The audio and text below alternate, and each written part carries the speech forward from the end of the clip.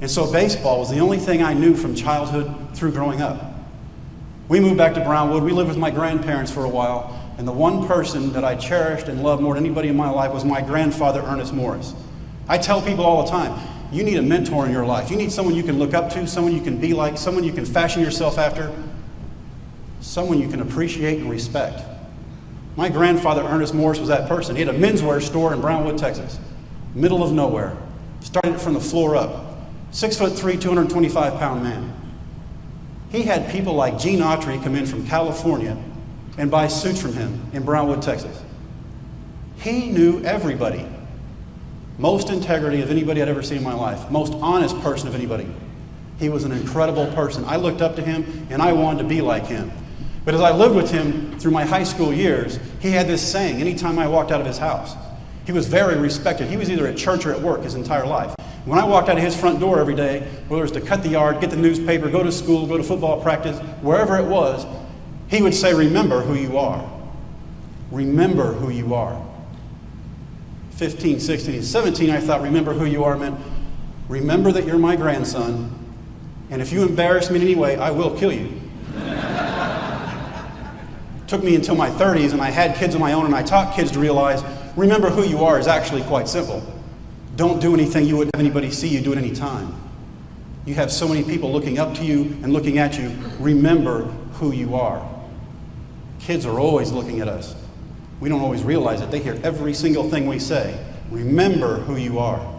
I worked for my grandfather in the stores during the summertime. I learned some incredible things about him, things he didn't want other people to know. Like during Thanksgiving, he would take dinners to people who couldn't afford anything. During Christmas, he'd buy Christmas gifts for families and pay bills for them because they didn't have anything to give their kids. And he did it anonymously. No one ever knew where it came from. It just happened. He was Santa Claus.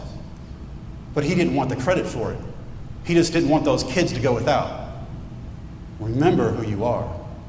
People helping people. That's why we're all here. That's why we're all in this room. Well, as I went through high school, I learned a lot, and I loved my grandfather a lot. And I watched the way he worked with people day in and day out. And I knew that someday I wanted to be like that. But as a teenager, I wasn't quite ready. I learned from my dad to be sarcastic, and I had an answer for everything. I knew everything. All you had to do was ask me. I'd tell you. You know those little tests they give you? Trying to get out of high school and going to college, ACT, SAT test? I took those tests. The scores came back. My counselor stops me in the hallway one day and he said, Jimmy, what are you going to do with your life? And I said, I'm going to be a baseball player. Everybody knows that. And he said, God, I hope so, because you're too stupid to go to college. This was my guidance counselor. He's helping me with my future. Well, he's not a guidance counselor anymore. Works in a movie rental store.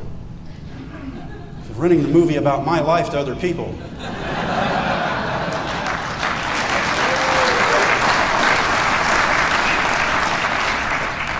Never put limits on people. People can achieve so much. They have no idea what they can achieve until they actually step out there and they try it. It's incredible. We won a state championship my senior year in football. And it wasn't because we were the biggest or the fastest team in the state of Texas. It was because we practiced and we worked harder than anybody else. We knew what the other team was going to do before they did. We won because we were a team. We weren't a group of individuals trying to accomplish something. We were a team that did accomplish something.